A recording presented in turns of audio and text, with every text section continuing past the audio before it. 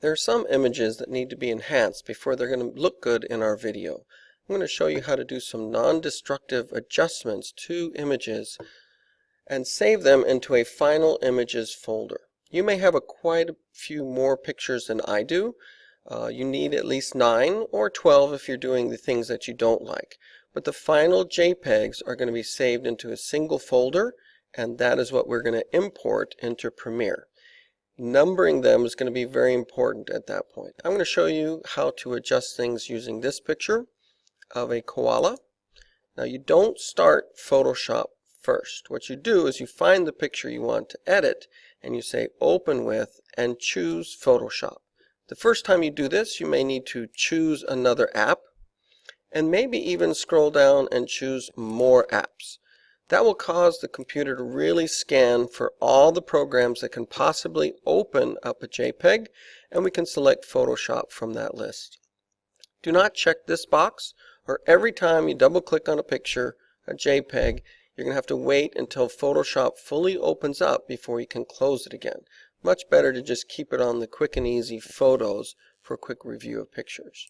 I'm going to open this up with Photoshop.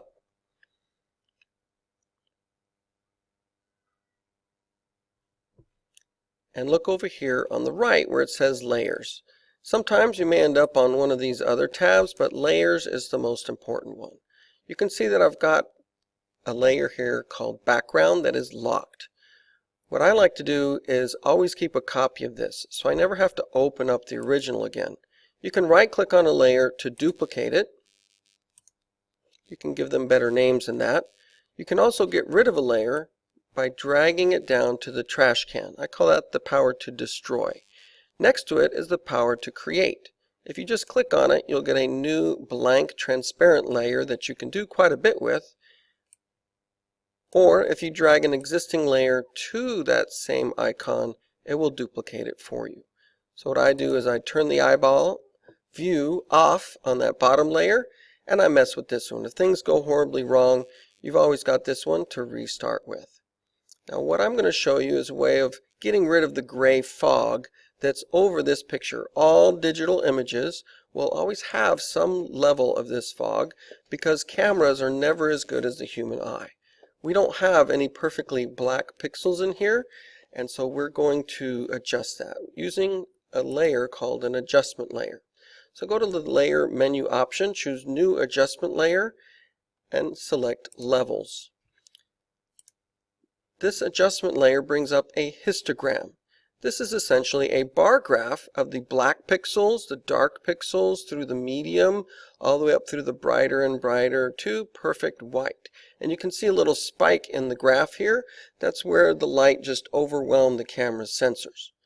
We adjust these by dragging the black point and the white point right here, not the ones below. This will actually add gray to your image, and that's really not what we want to do here.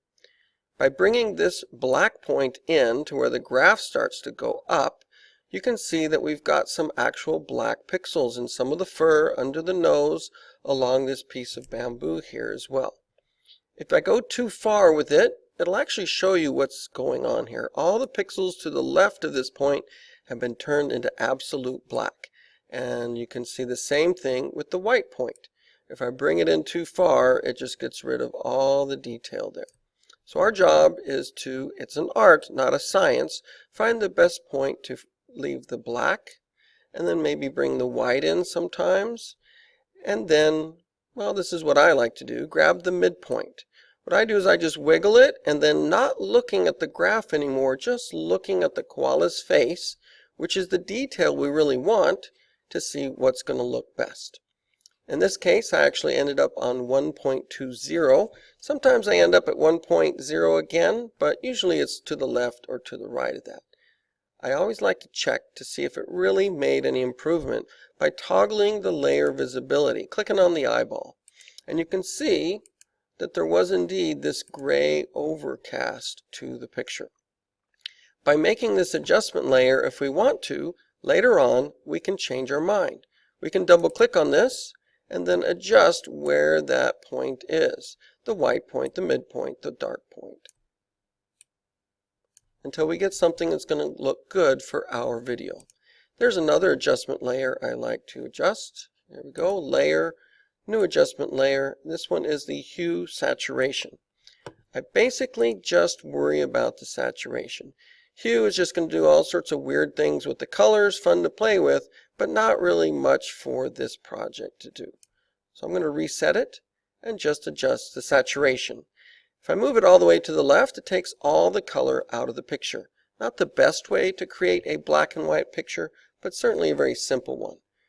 If I go to the right, it adds more and more color in, and of course if I go all the way, you get something really ridiculous, but it does show you what's happening here.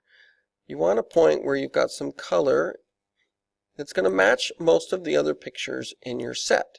If they're all very bright and colorful, that's going to look great. If some are dim and some are bright, it's not going to look quite as professional. If you have a dislike picture, one of the things you could do is to desaturate all of your dislikes, so all of your likes are in color, and then the thing you don't like is in black and white. That's just one of the ideas. Now that I've got it adjusted, I'm going to save it. File and Save As. We'll bring the Save dialog. We're going to go ahead and save a Photoshop version for each of these pictures in the same folder. Please don't worry, you don't see anything here because there aren't any Photoshop files yet, but all the JPEGs are still there, your originals. When I click Save, it's going to preserve these layers, just ignore this every time, so that when I open it up I can actually change these things again. The other save is going to be to the Final Images folder. So I'm going to click Save As, go into Final Images first, and then choose the JPEG, the first JPEG on the list. The others are formats that are not really used very often. Now if you go back to your project folder, there's a danger of clicking on one of these and saving over it. So please save your final image in here, and this is a good time to number it if you have not, and change it to what it is. Just a simple koala will do great. It'll be much easier to work with in Premiere. I would like you to just keep it on a quality of 10 for now. This is a balance of small file low quality, large file high quality, and 10 is a good balance in between the two. You're going to want to do that for each of your images.